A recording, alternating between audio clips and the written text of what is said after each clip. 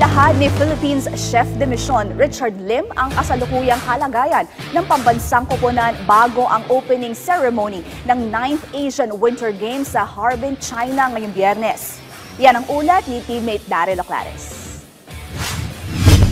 Formal nang magbubukas ngayong Biyernes ng gabi ang ika-9 na edisyon ng Asian Winter Games sa Harbin, China. Aantabayanan sa parada ng mga atleta ang pagwagayway ng ating bandila na kumakatawan sa ating 20 manlalaro na sasabak sa winter sports. Bagamat hindi lahat makakasama sa opening ceremony, ibinunyag naman ni Philippine Chef de Mission Richard Lim kung sino ang magsisilbing flag bearers para sa Pilipinas.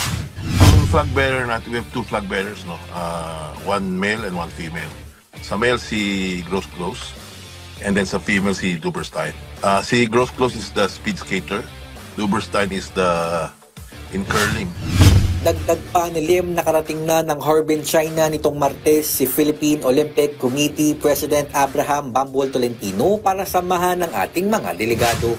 Well, first and foremost, no, ang unang chinek ni President Bambol is the welfare of the athletes. President Bambol is checking the athletes' condition.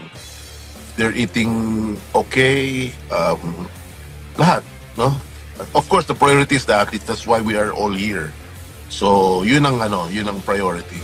Iwala rin si Lim na hindi imposible na makasilat ang Pilipinas ng medalya sa Winter Games. Of course, Philippines is a tropical country and we don't have snow. So, that's already a challenge.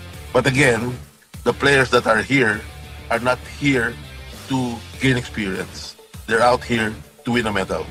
Hiling din ni Lim ang dasal at suporta ng mga Pilipino para sa mga nakatakdang laban ng ating mga atleta sa Harbin, China. We're calling out to all our followers and sports enthusiasts to pray for our team Philippines and to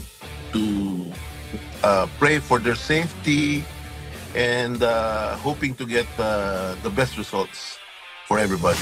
Daryl Oclares para sa Atletang Pilipino para sa Bagong Pilipinas.